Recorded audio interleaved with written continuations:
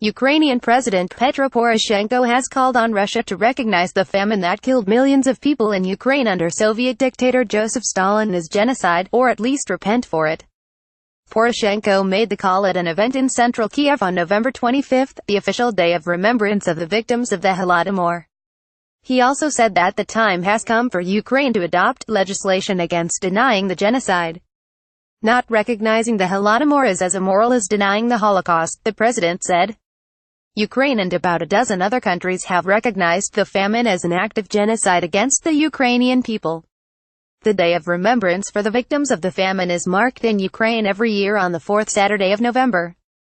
The Holodomor took place in 1932 and 1933 as Soviet authorities forced peasants in Ukraine to join collective farms by requisitioning their grain and other foodstuffs.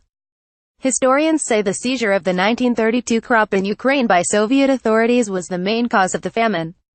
Moscow has long denied any systematic effort to target Ukrainians, arguing a poor harvest at the time wiped out many in other parts of the then Soviet Union.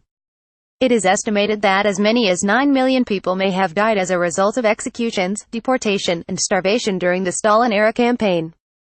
Poroshenko on November 25 urged all political forces in Ukraine to unite for the sake of the country, saying the Holodomor was a terrible echo of an unforgiving loss of Ukrainian statehood and independence. Would the Holodomor and the Great Terror of the 1930s, the deportation of the 1940s, and the Russification of the 1970s be made possible if we, Ukrainians, had preserved the independence proclaimed 100 years ago? He asked. Poroshenko also said that Russia's ongoing aggression against us is a continuation of the same policy to destroy Ukraine with other methods. Meanwhile, Alexander Turchinov, chief of the National Security and Defense Council, said in a statement that there is a war and we again see manic attempts to destroy Ukraine. Moscow seized control of Ukraine's Crimean Peninsula in March 2014 and fomented separatism across eastern and southern Ukraine, one of the causes of a war that has killed more than 10,000 people in eastern Ukraine since April 2014. Russia denies it has sent troops, weapons, and other support to help the separatists fight government forces in eastern Ukraine, despite what Kyiv and NATO say is incontrovertible evidence. With reporting by AFP.